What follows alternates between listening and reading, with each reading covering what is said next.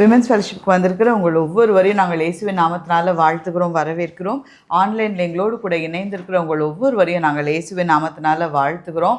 ஒரு சின்ன கேப் வந்துருச்சு விமென்ஸ் ஃபெலோஷிப்க்கு. ஏன்னா மே மாதம் எல்லாம் வெக்கேஷன் டைம், ஊருக்கு போகிற டைம். ஸோ அதனால் இல்லை. இந்த நாளில் நான் சொல்கிறேன், இந்த நாளில் கேட்குற இந்த சத்தியம் பல பேர்த்த திரும்பவும் உயிரடைய செய்ய போகிறது. ஆமென்.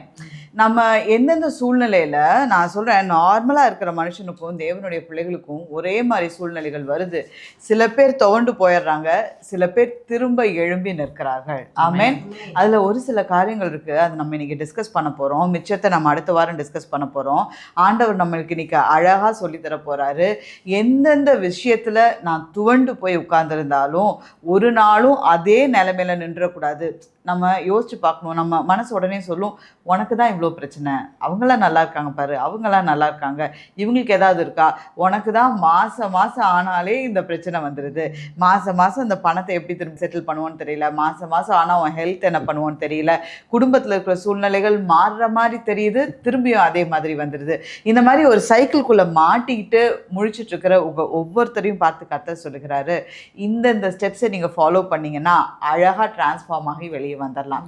நான் இன்னைக்கு நிறைய விஷயத்துல பார்க்குறேன், தேவனுடைய பிள்ளைகள் வெளியே இருக்கிறவங்க அப்படின்னு பார்த்தாலும் ரொம்ப துவண்டு போகிறது யார் தெரியுமா? தேவனுடைய பிள்ளைகள் தான். ஏன்னா நம்ம ரொம்ப ஒருத்தரை டிபெண்ட் பண்ணியே இருந்து பழகிட்டோம். ரொம்ப நம்மளுக்கு எது நம்ம செய்யணும், எது தேவன் செய்கிறது அப்படிங்கிறதே புரிஞ்சுக்க மாட்டேங்குது.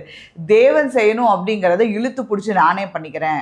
என் லைஃப்பில் முக்கியமான டெசிஷனில் ஆண்டவர்கிட்ட கேட்கணும். நான் இல்லை என் லைஃப்பை பற்றி எனக்கு தெரியும், எனக்கு டிசைட் பண்ணிக்க தெரியும், நான் அப்படி தான் பண்ணுவேன் அப்படி. ஆண்டவர் எனக்கு ஒன்று செய்கிறேன்னு சொன்னால் அதை நம்ம செய்கிறேங்கிறோம். நம்ம செய்யணும்னு நினைக்கிறது ஆண்டவர் எனக்கு ரொம்ப இதாக இருக்குது, நீங்களே பார்த்துக்கோங்க, நீங்களே எல்லாத்தையும் செஞ்சுருங்க, நீங்களே. சிலதெல்லாம் ஆண்டவர் நம்மளை செய்ய சொல்லியிருக்காரு, அதை நம்ம செய்யணும். சிலதெல்லாம் ஆண்டவரே செய்கிறேன்னு சொல்லியிருக்காரு, அது அவரோட கருத்தில் நம்ம விட்டு கொடுக்கணும். நம்ம என்ன பண்ணுறோம், அதை மிக்ஸ் அண்ட் மேட்ச் பண்ணி மாற்றி மாற்றி பார்க்குறோம். வெளியே இருக்கிற மக்களை பார்த்தா ரொம்ப ஆச்சரியமாக இருக்குது.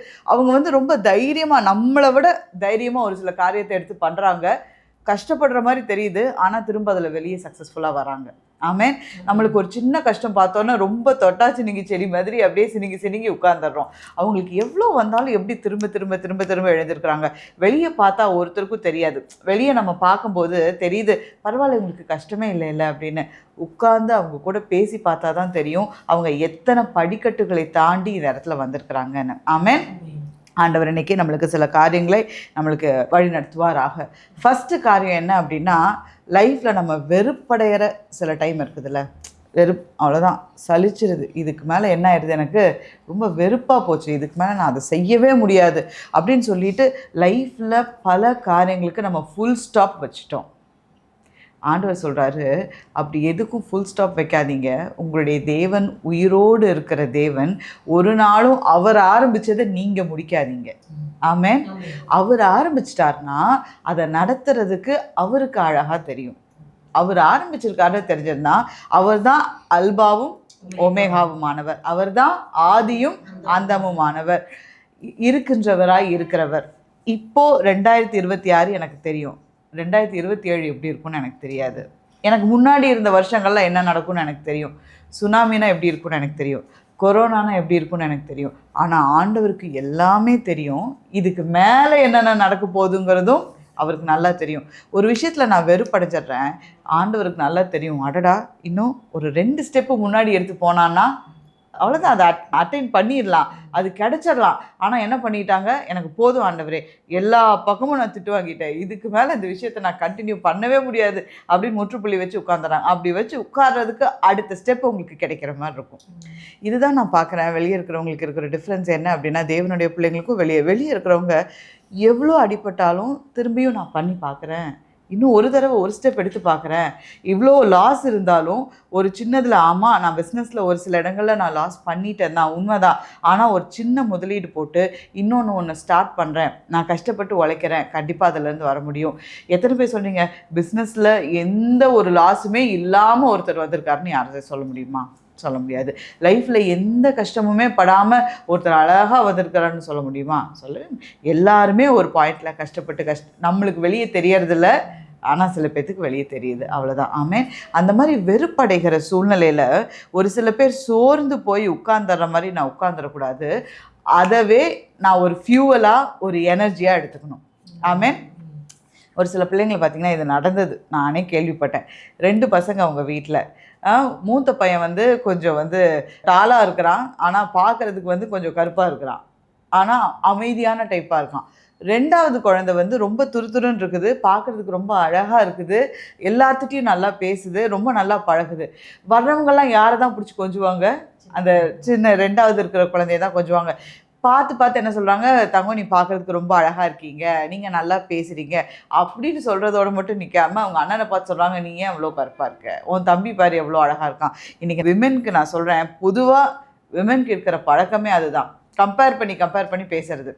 யார் அழகாக இருக்காங்களோ அவங்க மேலே தான் ஈர்க்கப்படுகிறது ஒரு நார்மல் தான். எல்லாத்துக்குமே வந்து யார் அழகாக இருக்காங்களோ அவங்க மேலே ஈர்க்கப்படுவாங்க, பேசுவாங்க.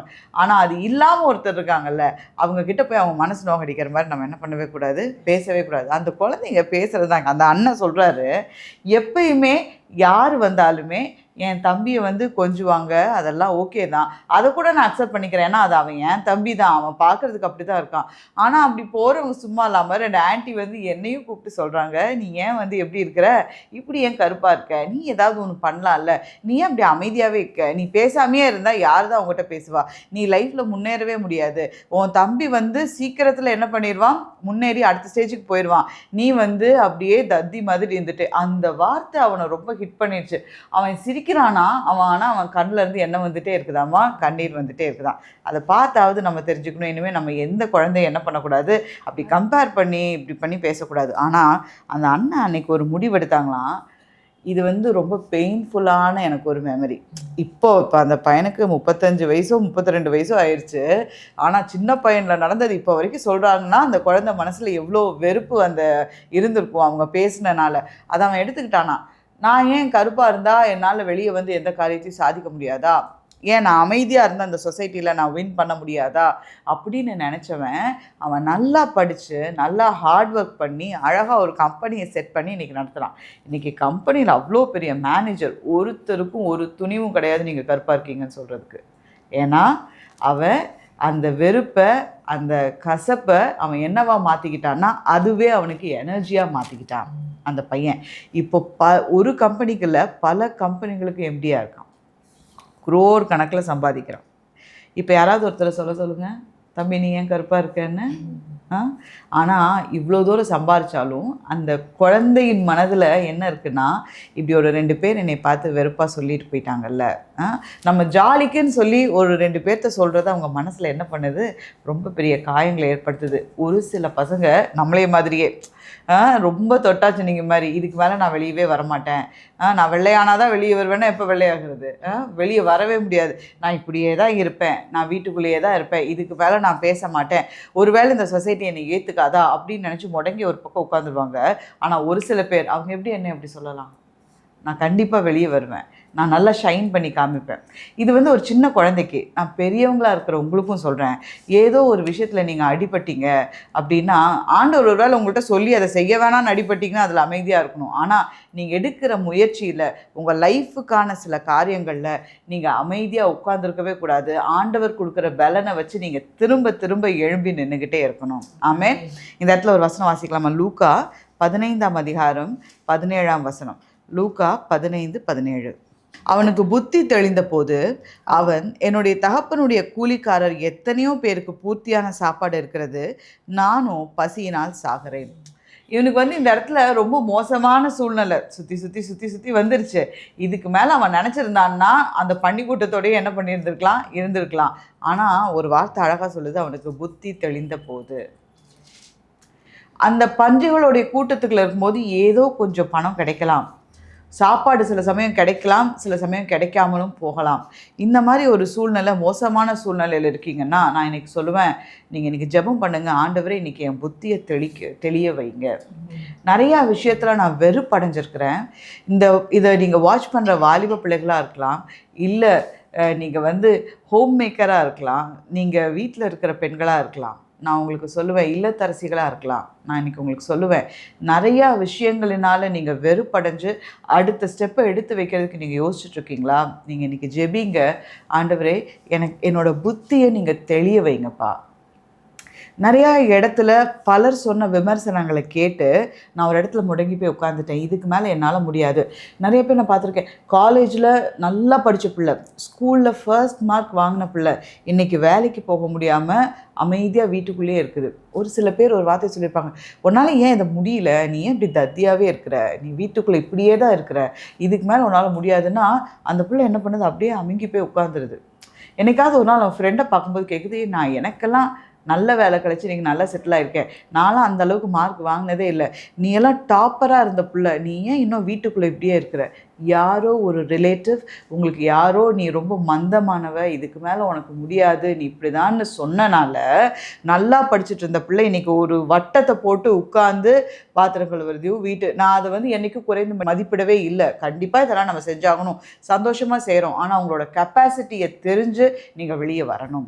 ஆமேன். இந்த மாதம் ஆண்டவர் நம்மளுக்கு அழகான வாக்குத்தத்தங்களை கொடுத்துருக்காரு. நம்மளுடைய கெப்பாசிட்டியை ஆண்டவர் விரிவுபடுத்த போகிறாரு. நிறையா நன்மைகளினால் நம்மளை நிரப்ப செய்ய போகிறார். ஆமென். ஒரு விஷயத்துல உங்களுக்கு வெறுப்பு வந்துச்சுன்னா, நீங்க இந்த ப்ராடிகல் சன் மாதிரி ஒரு நல்ல தகப்பனுடைய கதையை நம்ம கேட்போம்ல, அது மாதிரி உங்களால் புத்தி தெளிந்து திருப்பி அப்பா கிட்ட அதுலேருந்து வெளியே சக்ஸஸ்ஃபுல்லாக உங்களால் வர முடியுதா?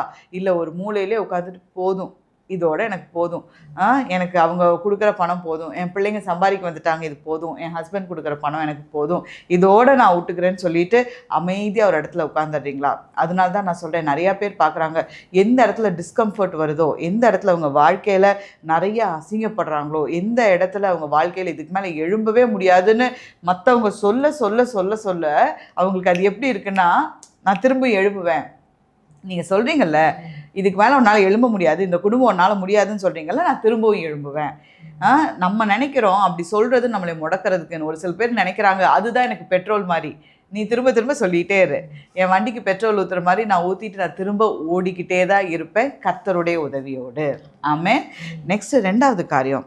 முதல் காரியம், வெறுப்பு எவ்வளோதான் வெறுப்படைஞ்சாலும் கர்த்தருடைய கிருபையை வாங்கி கொண்டு நான் திரும்பி ஓடிக்கிட்டே தான் இருப்பேன். ஆண்டவர் ஆரம்பித்ததுக்கு நான் முற்றுப்புள்ளி வச்சு ஒரு ஓரமாக உட்காந்துட்டு ஆண்டவரை நாளைக்கு நான் குறை சொல்லவே கூடாது. வெளியே போகிற பிள்ளைங்களை பார்த்து நீங்கள் சொல்லவே கூடாது, இவங்க என் கூட தான் படித்தாங்க ஆண்டவரே, இவங்க லைஃப் எவ்வளோ அழகாக செட்டில் ஆகிருக்குது, நானும் அவங்க கூட தான் படித்தேன், இந்த பொண்ணோட நான் நிறையா மார்க் வாங்கின பிள்ளை தான், ஸ்கூலில் நான் நல்லா இருந்தவ தான், காலேஜில் நான் நல்லா இருந்தவ தான், இன்றைக்கி ஏன் என்னை மட்டும் இப்படி வச்சுருக்கிறீங்க அப்படின்னு ஆண்டவர் மேலே பழி சொல்லவே கூடாது.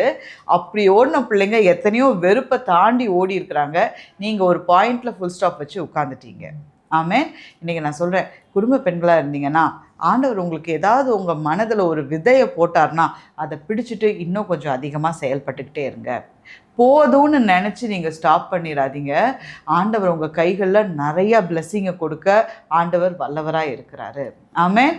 நம்ம கையில் பலன் இருக்க வரைக்கும் நானும் பார்த்துருக்கேன், நிறைய தாத்தா பாட்டி ரொம்ப வயசான காலத்தில் கூட ஏதோ ஒரு சின்ன கடை மாதிரி ஒன்று நடத்தி அவங்களோட வருமானத்துக்கு ஏற்றது செஞ்சுட்டே இருக்காங்க. இன்றைக்கி நம்மளுக்கு கை கால்கள் நல்லா இருக்குது, நம்மளுக்கு எல்லாமே நல்லா இருக்குது.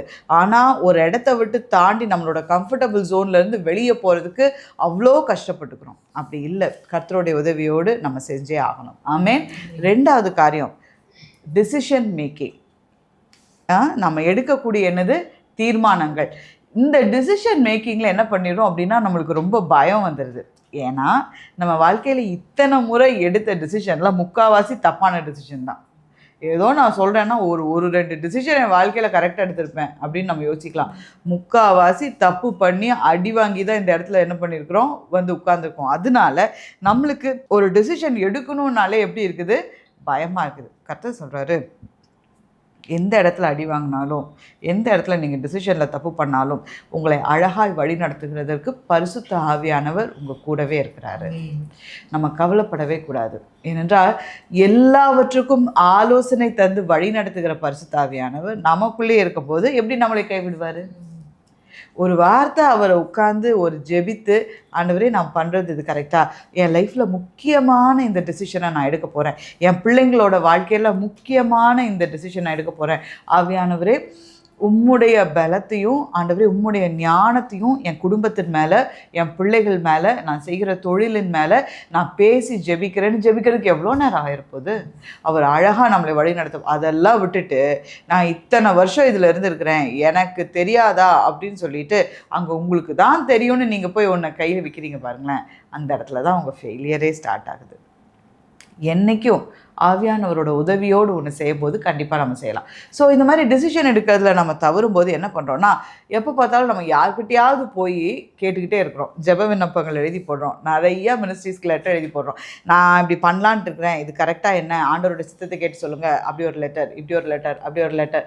ஊழியக்காரவங்களை கேட்குறது, சர்ச்சில் இருக்கிறவங்களை கேட்குறது, ஃப்ரெண்டுகிட்ட கேட்குறது, ரிலேட்டிவ்ஸ்கிட்ட கேட்குறது, எல்லாத்துக்கிட்டையும் கேட்குறீங்க. ஒரு 15 பேர்கிட்ட கேட்குறீங்க. 15 பேரும் ஒரு 15 விதமான ஒரு ரிசல்ட்டை கொடுக்குறாங்க. நீங்கள் எதை செய்வீங்க? இருக்கிறதோட நீங்கள் அதிகமாக குழம்பி போய் அந்த விஷயத்தையே செய்யாமல் அப்படியே அமைதியாக உட்காந்துக்குவீங்க. இந்த ஒரு ஊழியக்காரர் இப்படி சொல்கிறாரு, அந்த ஒரு ஊழியக்காரர் இப்படி சொல்கிறாரு. இவங்க என்கிட்ட கேட்குறவங்க நிறைய பேர் கேட்டிருக்காங்க, இவங்க இந்த ஊழியக்காரங்க ப்ராஃபிட்டிக்கெலாம் இந்த ஒரு வசனம் சொன்னாங்க, இந்த ஒரு ஊழியக்கார ப்ராஃபிட்டிக்கெலாம் இன்னொரு வசனம் சொன்னாங்க, இது ரெண்டில் நான் எதை நம்புறது கேட்டிருக்கிறீங்களா? அடுத்தது, எனக்கு டிசிஷன் எடுக்கணும் அப்படிங்கிற டைம்லலாம் என் குடும்பத்தில் இவங்கள தான் கேட்டிருக்கேன். சரி, ஒருவேளை அவங்க தப்பு பண்ணிட்டா என்னன்னு என் ஃப்ரெண்டுக்கிட்ட கேட்டேன். ஒருவேளை அவளும் ஏதாவது சொல்லிட்டான்னு என்ன பண்ணுறது நீ வீட்டுக்கார கேட்டேன். சரி, என் பையன் தான் நல்லா சொல்லுவான்னு சொல்லிட்டு என் பையனும் கேட்டேன். 4 பேர் 4 விதமாக சொல்லியிருக்காங்க. இப்போ நான் என்ன பண்ணுறது? ஒன்றுமே செய்யாதீங்க, அப்படியே உட்காந்துக்கோங்க. இந்த மாதிரி டிசிஷன் எடுக்கிற டைமில் நீங்கள் ஆவியானவரோட உதவியோடு ஒரு நல்ல ஒரு மனநிலைமையோடு நீங்கள் எடுக்கணும்.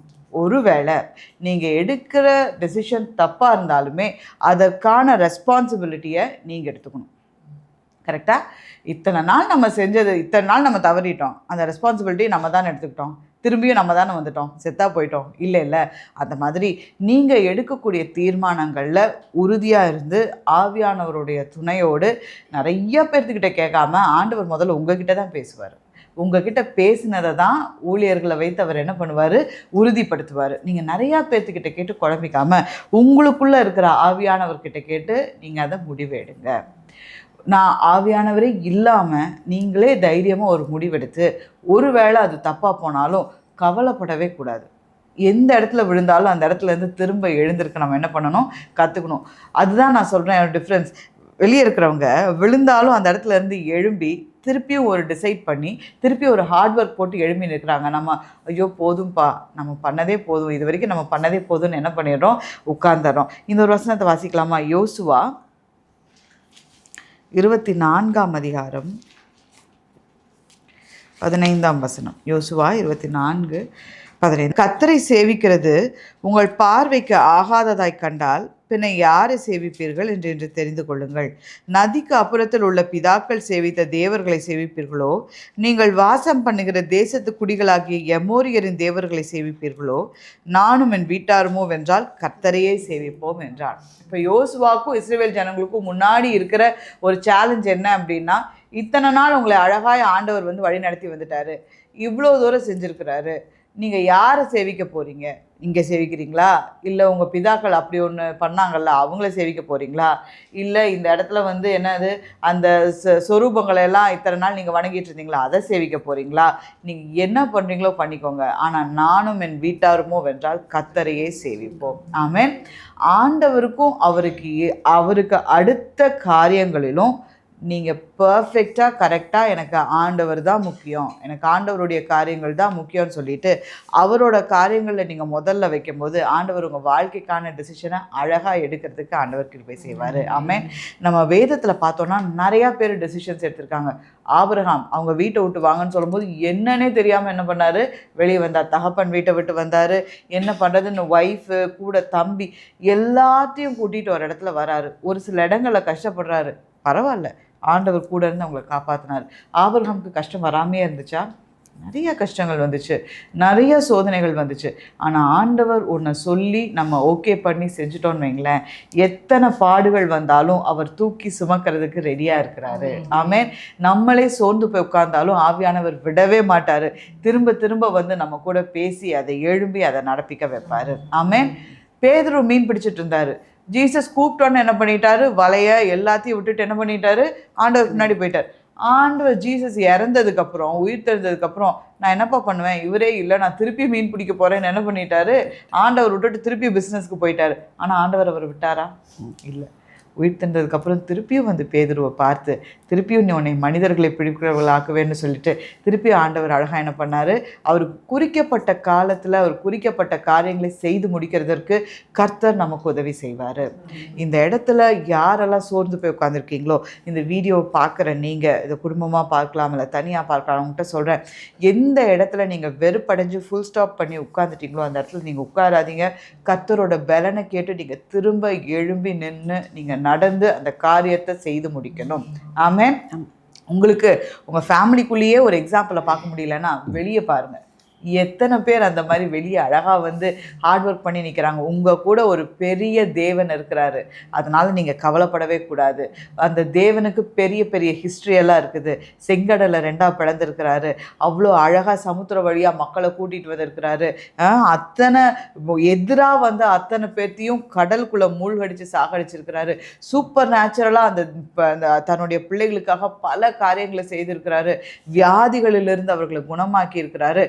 40 வருடம் அவங்க வந்து அந்த பாலைவனம் வழியாக போனாலும் அந்த கோத்தரத்தில் பலவீனப்பட்டவன் ஒருவனும் இல்லைன்னு சொல்லியிருக்காரு. இன்றைக்கி உங்கள் பலவீனத்தை நினச்சி நீங்கள் கவலைப்படுறீங்களா? ஆண்டவர் சொல்கிறார், அந்த பலவீனத்தை எல்லாம் திருப்பியும் நல்ல பலனாய் மாற்றி உங்களை ஓட செய்கிற கர்த்தர் உங்களோடு கூட இருக்கிறாரு. டிசிஷன் மேக்கிங்கில் நீங்கள் ரொம்ப கவலைப்பட்டு எல்லாத்தையும் கேட்டு குழப்பம் அடைஞ்சிருக்கிறீங்களா? எல்லாத்தையும் கேட்கறத நிறுத்திட்டு அமைதியாக ஆண்டவருடைய சமூகத்தில் உட்காந்து உங்களுக்குள்ளே இருக்கிற பரிசுத்த ஆவியானவர் கூட இன்றைக்கி நீங்கள் இன்ட்ராக்ட் பண்ண ஆரம்பிங்க. இது ஒரு நல்ல காரியம். நான் சொல்வேன், உங்கள் கூட இருக்கிற ஆவியானவர் கூட நீங்கள் பேசுகிறது ஒரு ஃப்ரெண்ட்லியாக, அவர் ஒரு ஃப்ரெண்டு இப்படி என் பக்கத்தில் ஒரு ஃப்ரெண்டு உட்காந்துருக்காங்கன்னா நான் எப்படி அவங்கக்கிட்ட பேசுவேன், நான் எப்படி அவங்கக்கிட்ட காரியங்களை ஷேர் பண்ணுவேன். இதெல்லாம் இன்றைக்கி நடந்துச்சு, என் பிள்ளைக்கு இப்படியெல்லாம் நடந்துச்சு, என் வீட்டில் இப்படியெல்லாம் நடந்துச்சு, நான் இப்படி சமைச்சேன், இப்படி நடந்துச்சு, இது நல்லா இருந்துச்சுன்னு அவங்க சொன்னாங்க, நான் இந்த இடத்துல ஒரு லாஸ் பண்ணிட்டேன், நான் தெரியாமல் இந்த இடத்துல போய் பணத்தை போட்டு அந்த இடத்துல லாஸ் பண்ணிட்டேன், திருப்பி அந்த இடத்துக்கு போகலாமா இல்லை வேற ஒரு இடத்துக்கு பண்ணலாமா அப்படின்னு இப்படி பேசுகிற மாதிரி பேசுங்கன்னு நான் சொல்கிறேன். ஆமென். ரொம்ப என்னை நான் பரிசுத்தம் பண்ணி கொண்டாதான் கர்த்தர் வருவார், அப்படி வேணாம், நான் கூட ஃப்ரெண்டு மாதிரியே இருக்கேன், வா வந்து பேசுன்னு சொல்கிறாரு. அதில் நம்மளுக்கு என்ன கஷ்டம்னு தெரியல. நீங்கள் அப்படி பேசுங்க. ஆண்டவர் உங்கள் லைஃப்பில் முக்கியமான டெசிஷன் எடுக்கிறதுக்கு ஆண்டவர் கிருபை செய்வார். ஆபிரகாமோட பவுலோட எல்லாம் கூட இருந்து, பேதுருவோடெல்லாம் கூட இருந்து எந்தெந்த டெசிஷனில் ஆண்டவர் உங்களை வழி நடத்துனாங்களோ அந்த பாதைகளில் தவறுகள் ஏற்பட்டாலும் கர்த்தர் அதை திருப்பியும் சீர்படுத்தி ஸ்திரப்படுத்தி அவங்கள வழி நடத்துகிறாரு. ஆமென். ஆபிரகாம்கிட்ட சொல்கிறாரு, நீ எனக்கு முன்பதாக நடந்து கொண்டு உத்தமனாயிரு. நீ இத்தனை நாள் உன் லைஃப்பில் என்கிட்ட கேட்காம சில டெசிஷன் எடுத்துட்ட, அதனால் நிறையா நீ தவறிட்ட, நான் உன்னை கூப்பிட்டுட்டேன், உன்னை அழகாய் வழி நடத்துவேன். இந்த நம்ம வாழ்க்கையில் சில சமயம் சாட்சி சொல்லுவோம், ஆண்டவர் இந்த பகுதியில் என்னை எவ்வளோ அழகாக வழி நடத்தினார், மனிதர்களோட கையிலேருந்து என்னை தப்பு வச்சார், நான் வந்து ஒரு இடத்துல உதவிக்கு கேட்டு போய் நின்றுட்டு இருந்தேன், அந்த இடத்துல எனக்கு கிடைக்கவே இல்லை, ஆண்டவர் பரத்துலேருந்து எனக்கு ஒத்தாசை அனுப்பி என்னை வழி நடத்தினார். எத்தனை பேர் சாட்சி சொல்லியிருக்கீங்க? அதே வாழ்க்கையில் ஒரு பிரச்சனை வந்தோன்னு அப்படியே தோண்டு போய் உட்காந்துடுறோம். இதில் நடத்தின ஆண்டவர் இதில் நடத்திட மாட்டாரா? இதில் செஞ்ச ஆண்டவர் எனக்கு இதில் செஞ்சிட மாட்டாரா? பண விஷயத்தில் எனக்கு உதவி செஞ்ச ஆண்டவர் பிள்ளைகளை கைவிட்டுருவாரா? பிள்ளைகள் விஷயத்தில் செஞ்ச ஆண்டவர் என் குடும்பத்தை சமாதானம் இல்லாமல் அப்படி விட்டுருவாரா? விடவே மாட்டார். கர்த்தர் நம்மோடு கூட இருந்து நம்மை ஆசீர்வதிப்பது அதிக நிச்சயம். இந்த 2 காரியங்களையும் நீங்கள் மறந்துடாதீங்க. மித்ததை நான் அடுத்த வாரத்தில் நான் ஷேர் பண்ணுறேன். தேவன் தாமே உங்களோடு கூட இருந்து ஆசீர்வதிப்பாராக. ஆமென். ஆமென்.